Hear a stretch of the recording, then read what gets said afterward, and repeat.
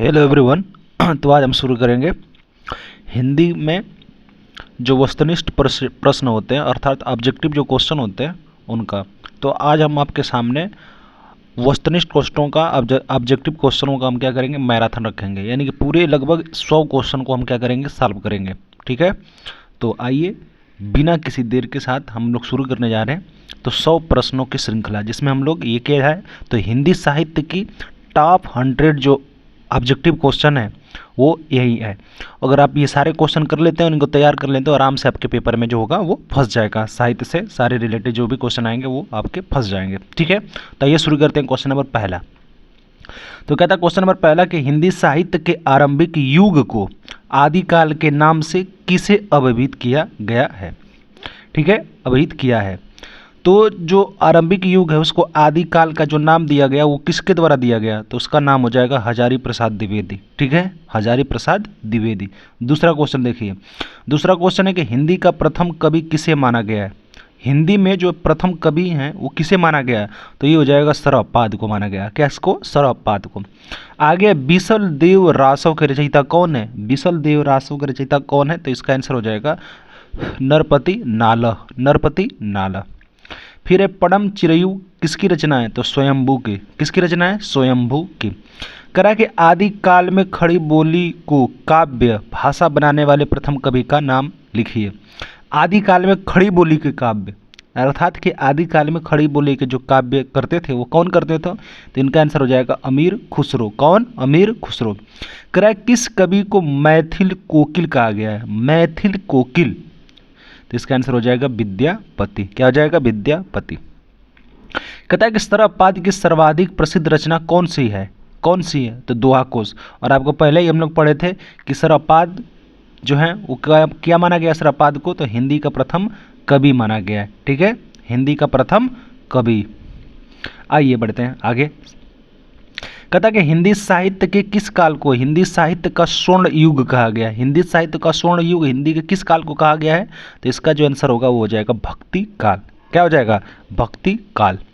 फिर आगे है चंदायन के रचनाकार का नाम लिखिए। चंदायन, चंदायन, चंदायन का रचनाकार कौन हो जाएगा, मुल्ला दाऊद, मुल्ला दाऊद। आगे है दादू। दादू भक्ति काल के किस धारा के कवि हैं, दादू जो हैं वो भक्ति काल के किस धारा के कवि हैं, तो इसका आंसर हो जाएगा निर्गुण। क्या हो जाएगा, निर्गुण। कवितावली के रचयिता का नाम लिखिए, तो ये तो आप जानते ही होंगे, कवितावली का क्या हो जाएगा, तुलसीदास। क्या हो जाएगा, तुलसीदास। फिर भ्रमर गीत के रचनाकार का नाम लिखिए। भ्रमर, भ्रमर, भ्रमर, तो क्या हो जाएगा, सूरदास। क्या हो जाएगा, सूरदास। तुलसीदास की किस महाकाव्य की रचना की है, तुलसीदास ने किस महाकाव्य की रचना की है, तो रामचरित मानस, रामचरित मानस। आगे शुद्धाद्वैतवाद का संबंध हिंदी साहित्य की किस धारा से है, कृष्ण भक्ति शाखा से है। ठीक है, वल्लभाचार्य। फिर राम भक्ति, राम भक्ति, राम भक्ति काव्य पर किस दर्शन का प्रभाव पड़ा है, राम भक्ति काव्य पर किस दर्शन का प्रभाव पड़ा है, तो इसका आंसर हो जाएगा विशिष्ट द्वैतवाद। आगे फिर बढ़ते हैं नेक्स्ट क्वेश्चन पे, तो ये है पुरुष प्रधान सामंती परंपरा को किस मध्य युगीन कवियत्री ने चुनौती दी थी। पुरुष प्रधान सामंती परंपरा को किस मध्ययुगीन कवियत्री ने चुनौती दी थी, तो इसका आंसर हो जाएगा मीरा। कौन, मीरा जी ने।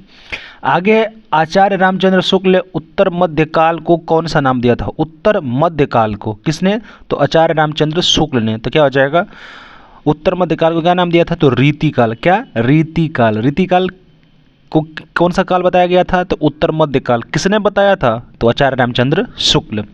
आगे रीतिकाल को काव्य की दृष्टि से कितने भागों में बांटा गया है, रीतिकाल को कितने भागों में बांटा गया है, 3। कितने भागों में, 3। कितने भागों में, 3। आगे रीति सिद्ध काव्यधारा के प्रमुख कवि कौन है, रीति सिद्ध अर्थात रीति सिद्ध काव्यधारा के प्रमुख कवि कौन है, तो इसका आंसर हो जाएगा बिहारी। कौन हो जाएगा, बिहारी। रीति काल के किस कवि ने वीर रस प्रधान रचनाएं की हैं, वीर रस प्रधान रचनाएं की हैं, तो उसका आंसर हो जाएगा भूषण। फिर है घनानंद किस काव्यधारा के कवि थे, तो रीति मुक्त, रीति मुक्त कवि। कहता कि आधुनिक काल में लिखा गया खड़ी बोली का प्रथम महाकाव्य कौन सा है, तो हो जाएगा प्रिय प्रवास। कौन सा हो जाएगा, प्रिय प्रवास। आगे साकेत के रचनाकार का नाम लिखिए, तो साकेत किसका है, तो मैथिली शरण गुप्त, मैथिली शरण गुप्त। आप फिर है नेक्स्ट क्वेश्चन कि पुष्प की अभिलाषा, पुष्प की अभिलाषा कविता के लेखक कौन है?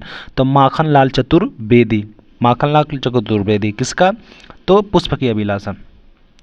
फिर कह रहा है कि छायावाद को स्थूल के प्रति सूक्ष्म का विद्रोह किस आलोचक ने कहा है?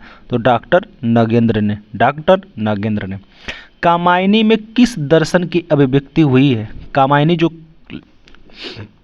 है, तो कामायनी जो रचना है उसमें किस दर्शन की अभिव्यक्ति हुई है? तो इसका आंसर हो जाएगा शैव दर्शन। कौन सा दर्शन? शैव दर्शन। सरोज स्मृति नामक रचनाकार किस रचना किस कवि ने की है? सरोज स्मृति नामक जो रचना है उसके रचनाकार कौन है या कवि कौन है? तो इसका आंसर हो जाएगा निराला। कौन हो जाएगा? निराला। फिर सरस्वती पत्रिका ने निराला के किस रचनाकार को अस्वीकृत कर दिया था? जूही की कली, जूही की कली। इसका आंसर क्या हो जाएगा? जूही की कली। आधुनिक काल की मीरा किसे कहा जाता है? तो महादेवी वर्मा को, महादेवी वर्मा को। रसवंती के रचनाकार कौन है? रसवंती के रचनाकार कौन है? तो रामधारी सिंह दिनकर। मधुशाला के रचनाकार कौन है? तो हरिवंश राय बच्चन, हरिवंश राय बच्चन। प्रकृति के सुकुमार किसे कहा गया है? तो सुमित्रा नंदन पंत, सुमित्रा नंदन पंत। चांद का मुंह टेढ़ा काव्य संग्रह कौन सा है? मुक्तिबोध गजानन माधव का। अंधेरे में कविता का रचनाकार कौन है? तो मुक्तिबोध। फिर आंगन के पार द्वार, आंगन के पार द्वार किसका है? तो किस कवि का है? तो अज्ञे जी का है। फिर संसद से सड़क तक, ये देखिए संसद से सड़क तक इंपॉर्टेंट है, किसका है? तो धूमिल जी का। फिर है हिंदी का प्रतिनिधि गजलकार किसे माना जाता है? तो दुष्यंत कुमार। किसे? दुष्यंत कुमार।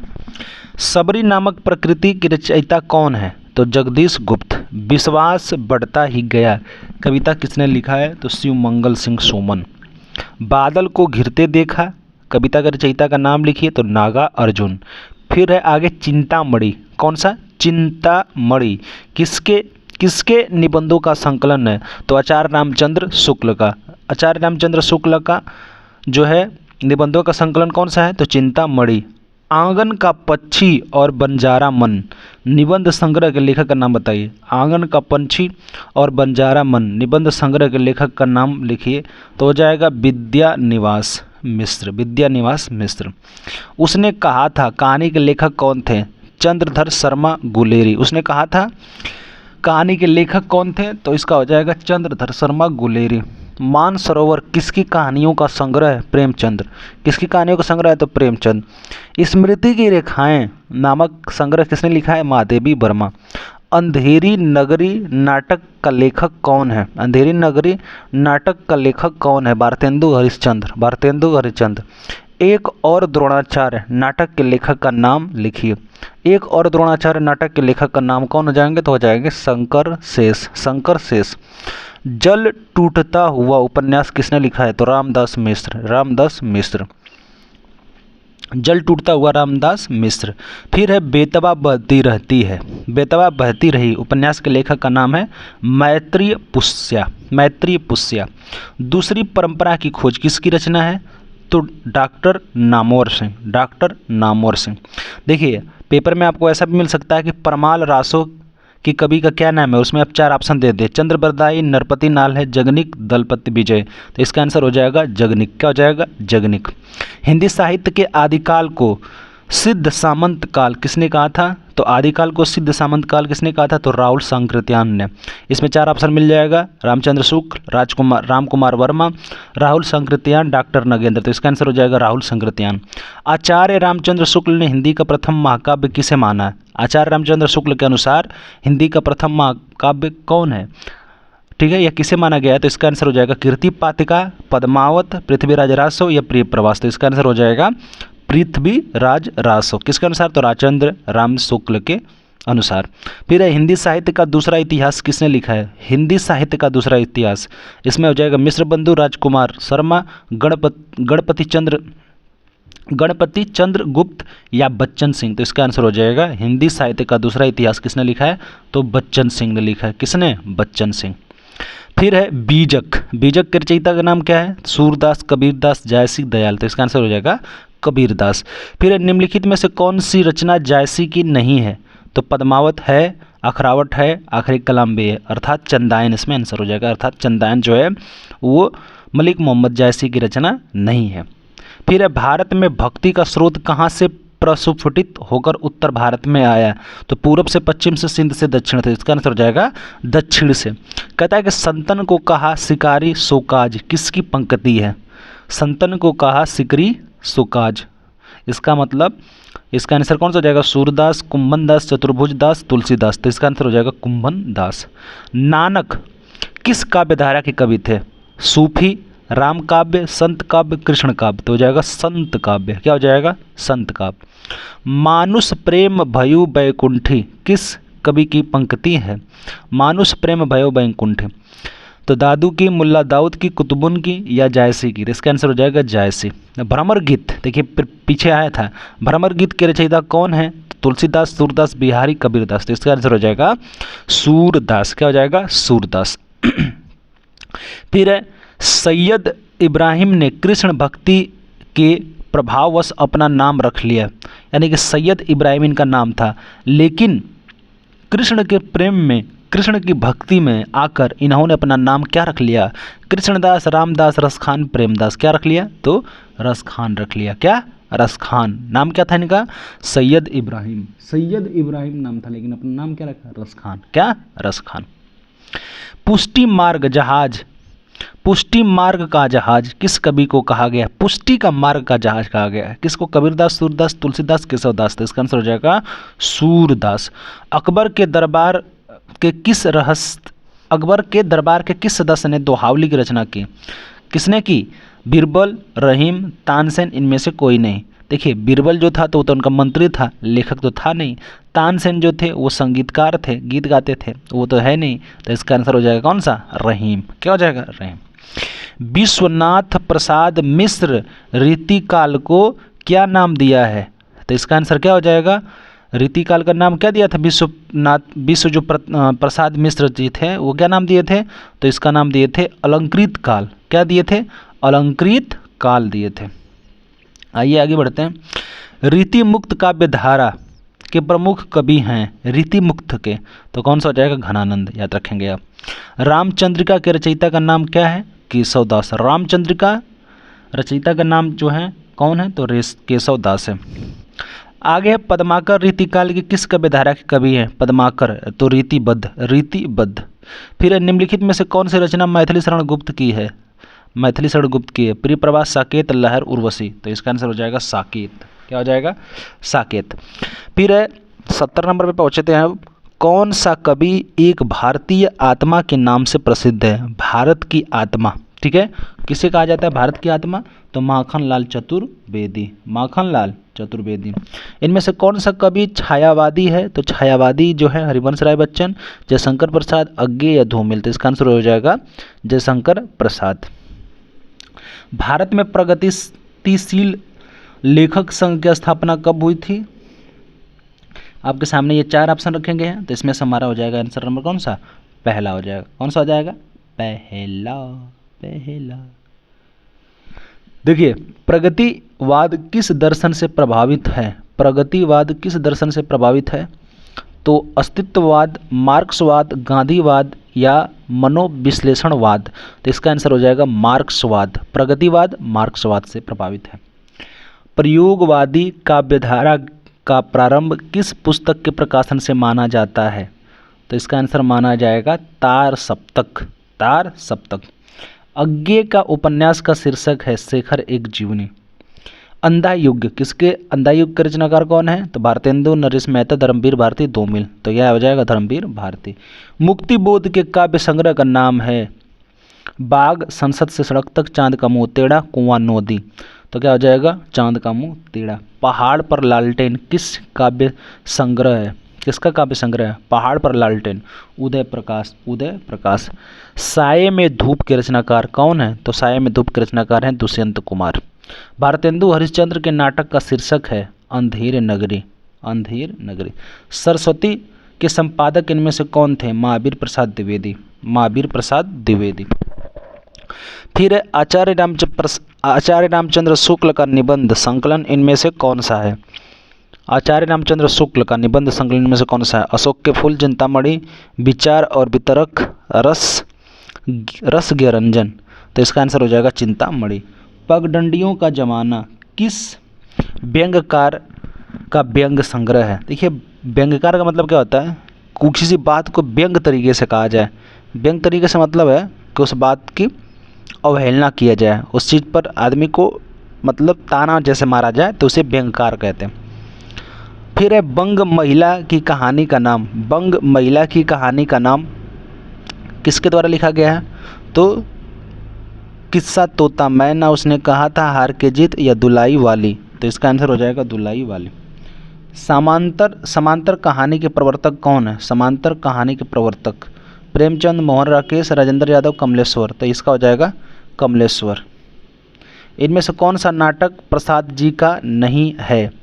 स्कंदगुप्त, चंद्रगुप्त, ध्रुवस्वामिनी, भारत दुर्दशा।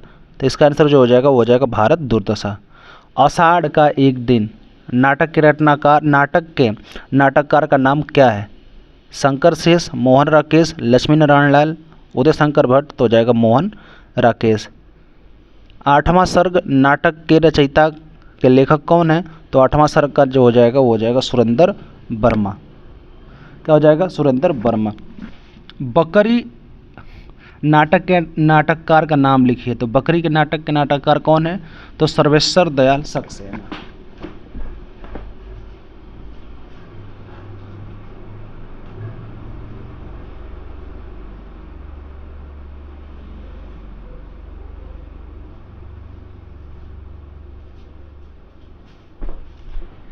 अब इसी क्रम में आगे बढ़ते हुए अब आगे देखते हैं नेक्स्ट क्वेश्चन। देखिए हम लोग कहाँ तक हो चुका था ये, हाँ यहाँ तक कि हिंदी का पहला उपन्यास किसे माना जाता है? तो इसका हो जाएगा परीक्षा गुरु। परीक्षा गुरु। इनमें से कौन सा उपन्यास प्रेमचंद्र का नहीं है? कर्मभूमि, रंगभूमि, गोदान। सारा है, तो चलिए इसका मतलब नहीं हो जाएगा। त्यागपत्र उपन्यास के लेखक का नाम बताइए। त्यागपत्र, तो त्यागपत्र उपन्यास के लेखक कौन है? तो जैनेन्द्र कुमार। सूरदास के जीवन पर आधारित उपन्यास का नाम बताइए। मानस का हंस, सेवा सदन, खंजन नयन, भाग्यवती। तो खंजन नयन हो जाएगा। ठीक है, चूंकि पता है सूरदास अंधे थे तो नयन कैसा रहेगा उनका? खंजन रहेगा। यहाँ से आप चीज़ों को याद कर सकते हैं। इनमें से कौन सा उपन्यास अज्ञे का नहीं है? दादा कामरेड, शेखर एक जीवनी, नदी का धूप, अपने अपने अजनबी। दादा कामरेड। रुकोगी नहीं राधिका के लेखक कौन है? मृदुल गर्ग, मन्नू भंडारी, उषा प्रिय वंदा, कृष्ण सोबती। तो इसका हो जाएगा उषा प्रिय वंदा। चाक के रचनाकार का नाम लिखिए। तो मैत्री पुष्पा हो जाएंगे, मैत्री पुष्पा। फिर उसके बाद हो जाएगा निराला की साहित्य साधना। निराला की साहित्य साधना किसकी कृति है? रामविलास शर्मा के। रामविलास शर्मा के। फिर है बिल्लूसर बकरिया किसका संस्मरणात्मक रेखा चित्र है? तो निराला जी का। हिंदी का पहला आत्मकथा लेखक कौन है? वियोग हरि, उपेंद्र नाथ अस्क, बनारसी दास चतुर्वेदी, या बनारसी दास जैन। तो बनारसी दास जैन। देखिए यहाँ पे गड़बड़ ना हो जाए, बनारसी दास चतुर्वेदी है, बनारसी दास जैन है। तो यहाँ पे क्या हो जाएगा? बनारसी दास जैन पहला आत्मकथा जिन्होंने लिखा था। घुमक्कड़ शास्त्र के लेखक का नाम क्या है? तो आप जानते ही रहेंगे, अज्ञे जी। ठीक है, अज्ञे जी हो जाएगा। इस प्रकार से आपको टॉप जो 100 क्वेश्चन है वो आपको यहाँ करा दिए गए। मुझे आशा है कि आपको ये वीडियो पसंद आई होगी। तो अगर आपको वीडियो अगर पसंद आई होगी तो चैनल को सब्सक्राइब करके आप हमारे इस चैनल का हिस्सा बन जाइएगा और एक हमारे परिवार का हिस्सा भी बन जाइएगा। ठीक है, तो आज के लिए इतना ही। आगे मिलते हैं नेक्स्ट वीडियो में। थैंक यू बच्चों।